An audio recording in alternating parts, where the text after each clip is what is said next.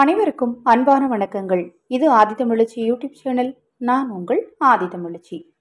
10/9/2024 ஆவணி மாதத்தின் 25ஆம் நாள் செவ்வாய்க்கிழமை இரவு 7:10 பிறகு பார்த்தீங்கன்னா அஷ்டமி திதியானது ஆரம்பமாகுது. அஷ்டமி தங்கக்கூடிய ஆவணி மாதத்தில் செவ்வாய்க்கிழமையில் அஷ்டமி தங்கக்கூடிய இரவில் இந்த பொருளை உங்கள் வீட்டு பூஜை அறையில் வைத்தால் தலைக்கு மேல் இருக்கக்கூடிய பிரச்சனைகளும் தீரும், தரித்திரம் நீங்கும், கண்திருஷ்டி தோஷங்கள் நீங்கும். ஒரு எளிமையான சூட்சும பரிகாரத்தை இந்த பதிவில் பார்க்கலாம். இதற்கு தேவையான பொருள் பார்த்தீங்கன்னா, ஒரு கண்ணாடி டம்ளர் எடுத்துக்கோங்க. இந்த கண்ணாடி டம்ளரில் முதல்ல 3/4 அளவிற்கு தண்ணீர் ஊற்றிக்கோங்க. தண்ணீர் ஊற்றிட்டு ஒரு எலுமிச்சங்கனியை போடுங்க.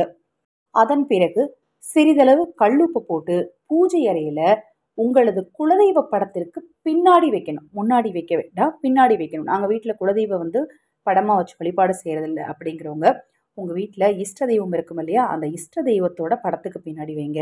இல்லை அப்படின்னா உங்கள் வீட்டு பூஜை அறையில் உங்கள் இடது கை மூலையில் நீங்கள் எந்த தெய்வத்தோட படத்தை வச்சுருக்கீங்களோ, பூஜை அறையில் நீங்கள் சாமியை பார்த்து நிற்கும் போது இடது கை சைடு எந்த சாமியோட படத்தை வச்சுருக்கீங்களோ அந்த சாமி ஃபோட்டோவுக்கு பின்னாடி வச்சுருங்க.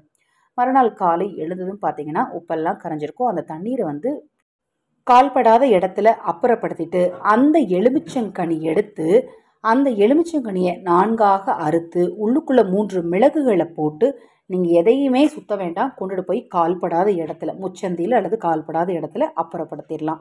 ரொம்ப எளிமையான இந்த சூட்சுமத்தை செய்கிறதுனால உங்கள் மன ரீதியான குழப்பங்கள் கூட, ஏன்னா இது எதனாலன்னு பார்த்தீங்கன்னா உங்கள் வீட்டில் இருக்கிற நெகட்டிவிட்டியை எடுக்கும்.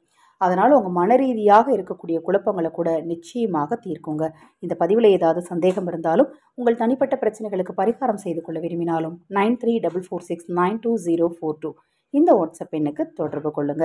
தொடர்ந்து ஆதித்தமிழச்சி யூடியூப் சேனலை பாருங்கள். வாராகி தேவியின் அருளால் நல்லதே நடக்கட்டும்.